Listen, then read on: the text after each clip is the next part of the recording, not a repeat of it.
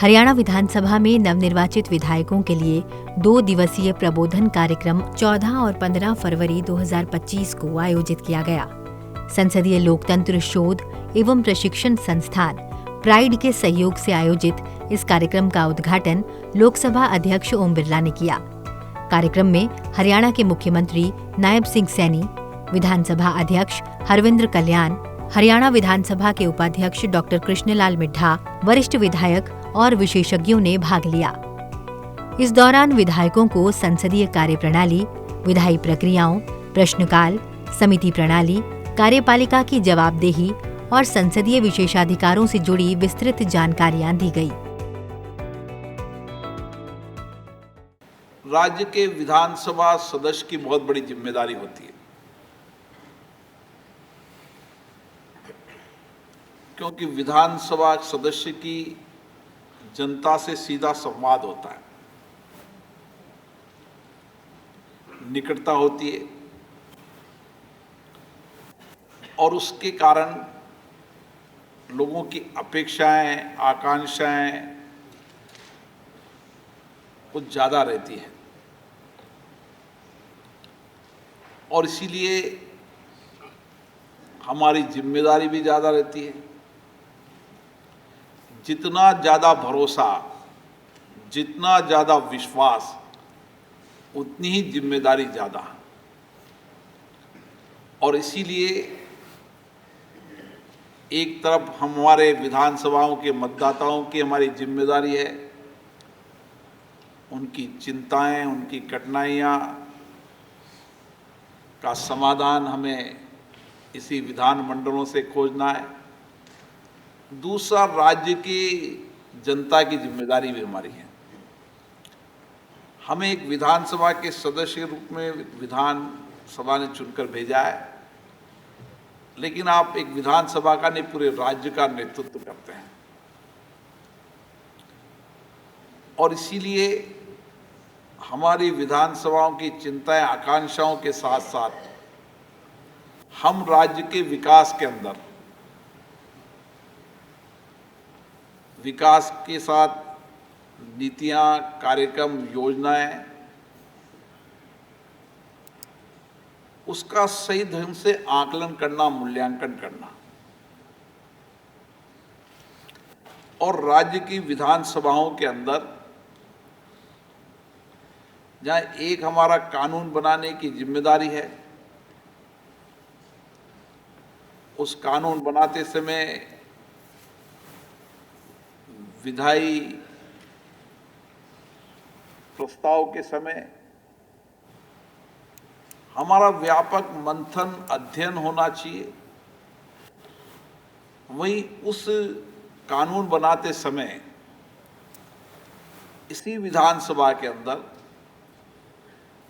उसी कानून पर हुई चर्चा, संवाद, सहमति, असहमति लोकतंत्र की विशेषता है, उसके अनुभव का भी, और जो डिबेट हुई है उस डिबेट को भी समय समय पर हमें अध्ययन करने की आवश्यकता है।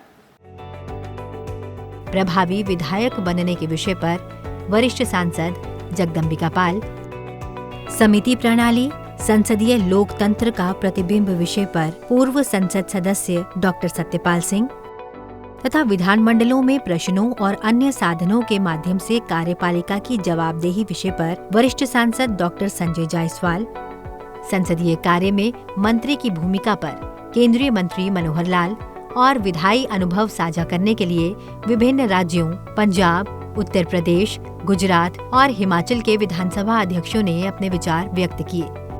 2 दिवसीय प्रबोधन कार्यक्रम में राष्ट्रीय ई-विधान एप्लीकेशन पर भी एक विशेष सत्र आयोजित हुआ।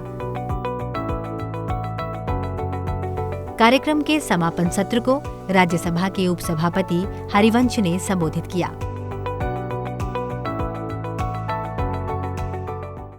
आज हमें मौका है पुनः अपनी तकदीर को संवारने का, और उसके लिए बहुत ही उपयोगी कार्यक्रम है यह प्रबोधन कार्यक्रम। मैं लोकसभा के आदरणीय अध्यक्ष जी की दूरदृष्टि की प्रशंसा करूंगा। उनके मार्गदर्शन में लोकसभा सचिवालय में प्राइड बहुत बढ़िया ढंग से काम कर रहा है। देश और दुनिया के अलग अलग जगहों पर जाकर प्रशिक्षण बहुत बेहतर तरीके से देने के कारण उन्होंने अपने कम समय में अपनी पहचान बनाई है। और विधायक के तौर पर विधायक की कोई या सांसद की संविधान में डिफाइंड कोई परिभाषा नहीं कि आपकी भूमिका ये है, पर पूरा लोकतंत्र का ढांचा आप पर टिका है, क्योंकि आप वॉच डॉग के रूप में माने जाते हैं और जाने जाते हैं। और यहाँ जैसा मैंने सुना कि माननीय लोकसभा अध्यक्ष समेत देश के अनेक मूर्धन्य लोगों को, अनेक विधानसभाओं के बड़े जाने माने लोगों के विचार आपको सुनने को मिला। निश्चित रूप से यह आपके अनुभव के संसार को, काम करने के संसार को बहुत समृद्ध करेगा। मैं आने के पहले हरियाणा विधानसभा, जो नई विधानसभा आई है, उसका फिगर देख रहा था। लगभग आपके यहाँ 40 विधायक पहली बार जीत कर आए हैं। 45 मेंबर जो हैं आपके 25 से 55 वर्ष के ग्रुप के हैं, 13 महिलाएं हैं, 68% लोग ग्रेजुएट या पोस्ट ग्रेजुएट हैं। यानी पूरे समाज का जो अनुभव है, जो पूरे समाज का प्रतिबिंब है, वो आपके यहाँ है। और जैसा मैंने कहा कि यह शस्त्र और शास्त्र दोनों की भूमि रही, भगवत गीता की भूमि, सरस्वती की भूमि, वेद की जहाँ रचना हुई, और दिल्ली के पास बसे हरियाणा ने दिल्ली को और देश की तकदीर को बदलते और प्रभावित होते देखा है, तराइन के 2 और पानीपत के 3 निर्णायक युद्धों में। हम इतिहास की क्यों बात करते हैं कि उससे भविष्य की प्रेरणा मिलती है। यह धरती जय जवान जय किसान के राष्ट्रीय जय घोष को भी चरितार्थ करती है। यहाँ के किसानों ने आपदा की स्थिति में देश की खाद्यान्न सुरक्षा सुनिश्चित की है, तो यहाँ के जवानों ने सीमाओं को सुरक्षा दी है। हरियाणा के युवाओं ने खेल के मैदान पर देश का नाम रोशन किया है। यह धरती प्रख्यात किसान नेता सर छोटू राम की कर्मभूमि भी रही है। यहाँ आज़ादी के बाद से पंडित भगवत दयाल शर्मा, राव वीरेंद्र सिंह, श्री बनारसी दास गुप्ता जी, चौधरी देवीलाल जी, श्री बंसीलाल जी, भजन लाल जी, ओम प्रकाश चौटाला जी, भूपेंद्र सिंह हुड्डा जी और मनोहर लाल खट्टर जैसे नेताओं ने प्रदेश की राजनीति को नई दिशा दी। यह जगह, यह मिट्टी प्रख्यात प्रखर सांसद स्वर्गीय सुषमा स्वराज जी की भी है। आज भी यहाँ से राज्यसभा में श्री सुभाष बराला जी, श्रीमती किरण चौधरी जी, श्री रामचंद्र जांगड़ जी, श्री कार्तिकेय शर्मा जी, श्रीमती रेखा शर्मा जी बहुत सक्रियता से अपने दायित्व का निर्वाह करते हैं। हरियाणा विधानसभा में आयोजित इस 2 दिवसीय प्रबोधन कार्यक्रम का उद्देश्य नवनिर्वाचित सदस्यों को विधायिका, संसदीय प्रक्रिया, विधायी कार्य, बजट, कानून और अन्य महत्वपूर्ण विषयों की व्यापक जानकारी प्रदान करना था। 2 दिवसीय ये प्रबोधन कार्यक्रम एक समग्र और प्रभावशाली प्रशिक्षण सत्र साबित हुआ।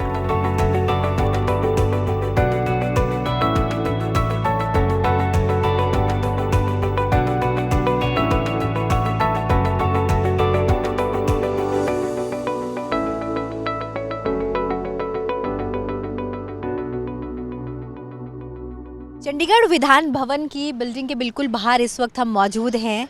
नमस्कार, आप देख रहे हैं संसद टीवी। मैं हूं आपके साथ दीक्षा कोहली। हरियाणा विधानसभा में 2 दिवसीय प्रबोधन कार्यक्रम ऑर्गेनाइज किया गया, जहां पर नवनिर्वाचित विधायकों को जो कार्य है, विधायी कार्य, उनसे रूबरू कराया गया। इस संबंध में हमारे साथ जानकारी देने के लिए हरियाणा विधानसभा के डिप्टी स्पीकर साहब मौजूद हैं। बहुत बहुत स्वागत है आपका डॉक्टर कृष्ण मिड्ढा जी। नमस्कार सर, 2 दिवसीय प्रबोधन कार्यक्रम बहुत अहम, बहुत ज़रूरी, नवनिर्वाचित विधायकों के लिए खास तौर पर ये बहुत एक सार्थक पहल रही। अगर मैं मेजर टेकअवेज की बात करूं, कितना अहम रहा ये 2 दिवसीय सत्र? देखिए, ये प्रबोधन शिविर जो लगा, मैं ये कहूँगा इसका एक अपने आप में महत्व है कि ऐसे नए विधायक जिस प्रकार से क्लास में नए बच्चे आते हैं, उन्हें शिक्षा दी जाती है कि किस प्रकार से आपको क्लास पे रहना और किस प्रकार से कार्य करना है। सबसे पहले तो माननीय ओम बिरला साहब आए, लोकसभा अध्यक्ष, उन्होंने अपनी बात को रखा और इसकी शुरुआत की। वहीं पर फिर गुजरात के अध्यक्ष महोदय, पंजाब के अध्यक्ष महोदय और इसी प्रकार से उत्तर प्रदेश के अध्यक्ष महोदय और हिमाचल के अध्यक्ष महोदय आए और उन्होंने अपनी अपनी बात को बड़े अच्छे ढंग से रखा और एक मास्टर होने के नाते स्टूडेंट्स को अच्छी तरह समझाने का काम किया। क्योंकि देखिए जीवन है तो जीवन में मैं ये कहूँगा सीखने के लिए सारी ज़िंदगी चाहिए। क्योंकि हम लोग जहाँ से भी शुरुआत करते हैं अपने जीवन की और अंत समय तक सीखने को कुछ ना कुछ नया मिलता रहता है। चाहे कोई व्यक्ति कितना भी अनुभवी क्यों ना हो, लेकिन आप ये मान के चलिए कि अंत समय तक उसको सीखने को ही मिलता है।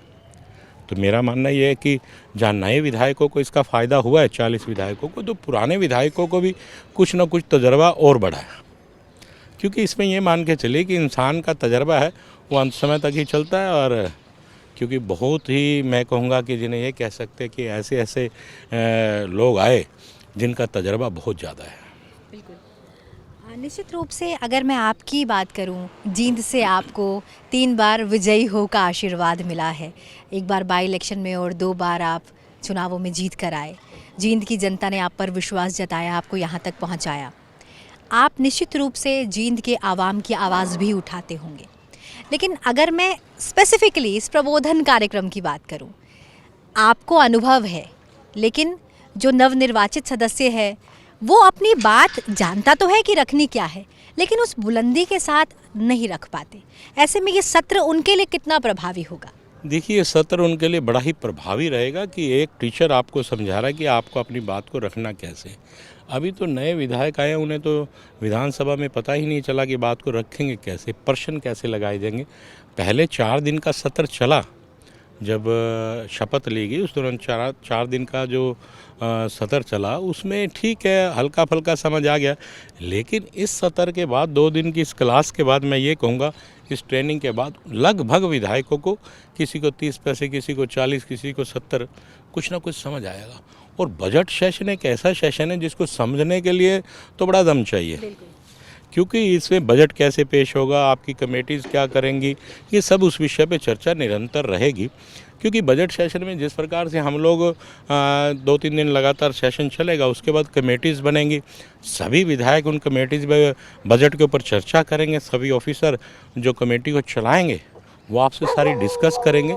तो मेरा मानना है कि समय ज़रूर लगेगा, लेकिन कुछ ना कुछ काफ़ी अच्छे हद तक उनको बात रखने का जो तरीका है वो आ जाएगा। जींद की जनता के लिए आपने क्या अहम कदम उठाए हैं? क्या आपकी मुख्य प्राथमिकताएं हैं?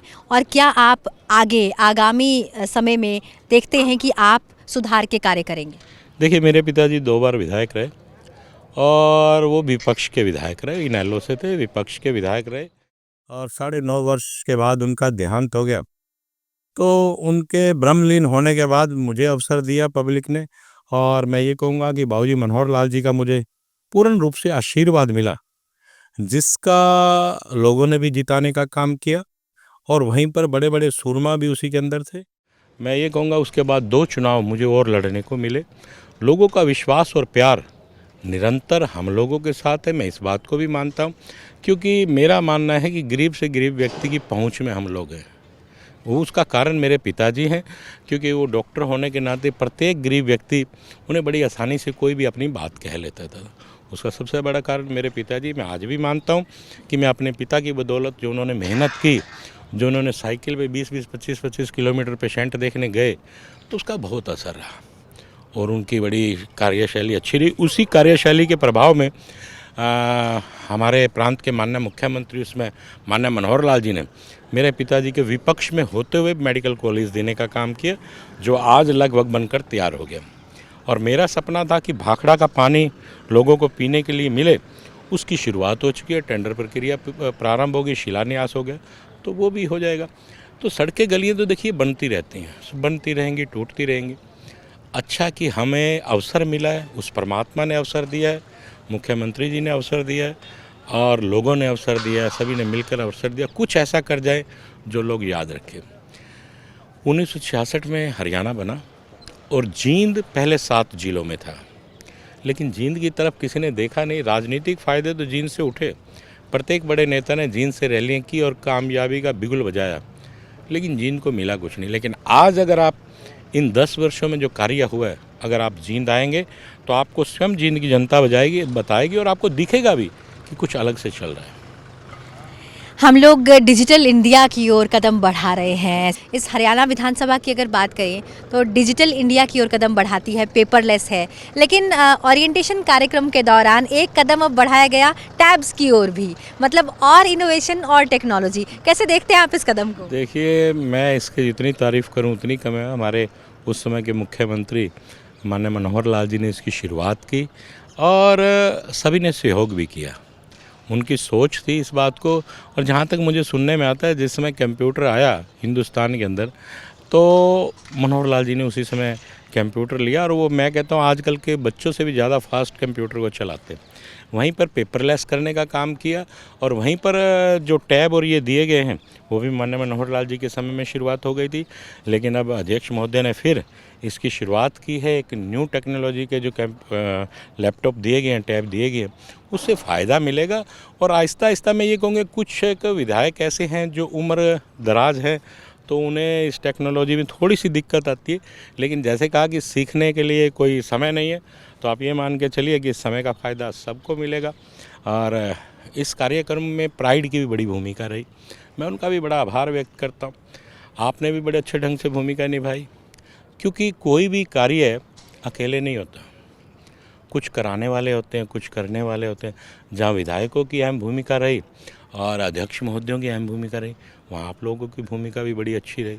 तो ये कार्यक्रम सब ने मिलकर अच्छा किया और ये एक याददाश्त रहेगी, याद बनेगी। और मेरा मानना है कि ये यादें इंसान के साथ चलती हैं। अच्छा मिड्ढा साहब, जहाँ इस वक्त हम मौजूद हैं, ये ली कार्बुज़र द्वारा डिज़ाइंड इस विधान भवन की बात करें तो ये एक आर्किटेक्चर मार्वल है और ली कार्बुज़र ने इसे डिज़ाइन किया है। और कह सकते हैं हेरिटेज बिल्डिंग भी है, क्योंकि यहाँ पर आसपास जितनी बिल्डिंग्स हैं, जितने डिज़ाइन हैं, वो ज्योमेट्री पैटर्न पे आधारित है। आप इसके कंजर्वेशन के लिए, इसको संजो कर रखने के लिए, इसके रखरखाव के लिए क्या कुछ अहम कदम उठा रहे हैं? देखिए, वैसे तो ये हेरिटेज बिल्डिंग है, इसमें कोई दो राय नहीं। उस समय के आर्किटेक्ट ने बड़े दिल से इसे बनाया। आप देखेंगे कि सामने एक चित्र बना हुआ है जी। और उसमें एक लाइन बीच में है, उसमें ये दर्शाया गया है कि पूर्व और पश्चिम, कि पूर्व की जो मान्यता है वो कैसी है और पश्चिम की मान्यता कैसी है। जहाँ पश्चिम में जिन जानवरों को खाया जाता है, मीट मांस खाया जाता है, वहाँ पूर्व वाले उनकी पूजा करते हैं। ये हर दोनों सभ्यताओं को उसमें दर्शाया गया है, ये बहुत बड़ी बात है। जहाँ तक आप कह रहे हैं कि हेरिटेज का मामला, इसमें अगर कोई दिक्कत आती है बिल्डिंग, हम इसको छेड़ नहीं सकते किसी भी प्रकार से। कोई इस बिल्डिंग के अंदर कोई अपने पास से नया कुछ नहीं लगा सकते। और अगर इसमें कहीं थोड़ी बहुत दिक्कत आती है तो उसको मेंटेनेंस कर दिया जाता है, उसे ठीक कर दिया जाता है।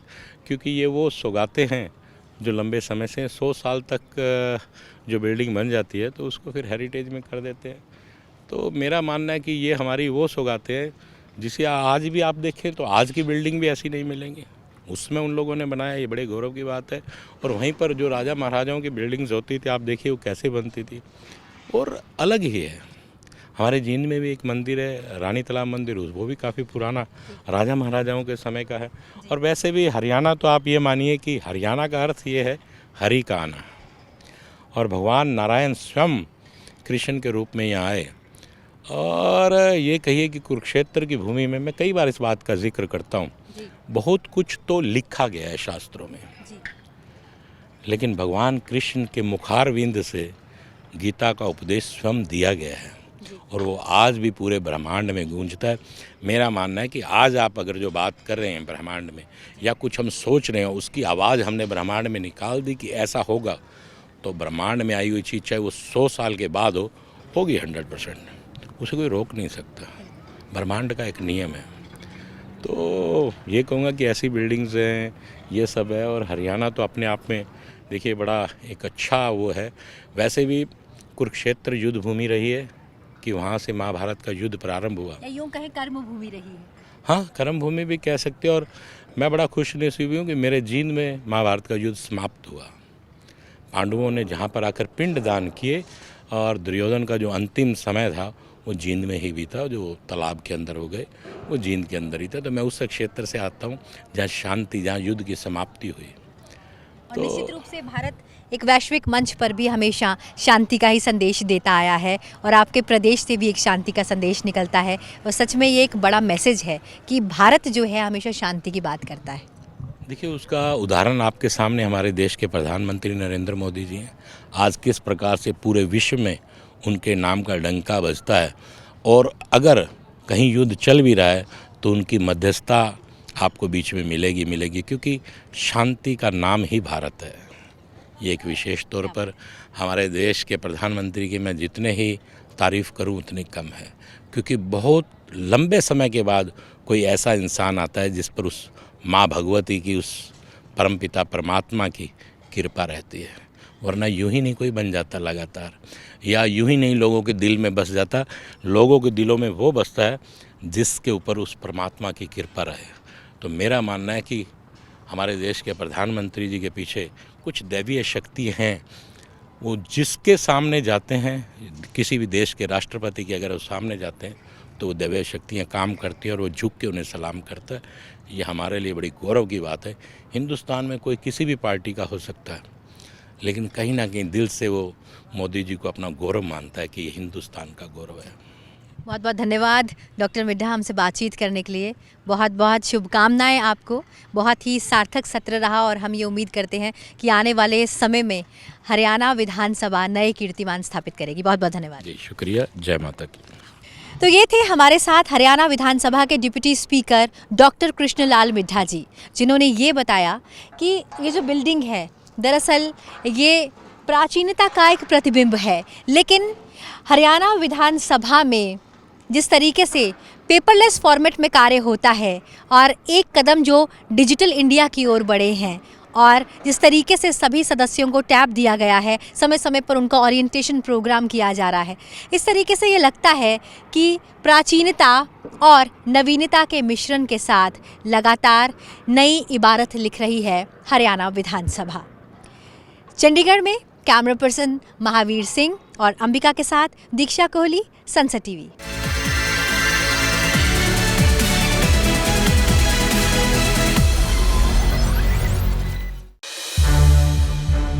संसद टीवी के और भी प्रोग्राम्स देखने के लिए सब्सक्राइब करें हमारा YouTube चैनल और हाँ, इन्हें लाइक और शेयर करना ना भूलें।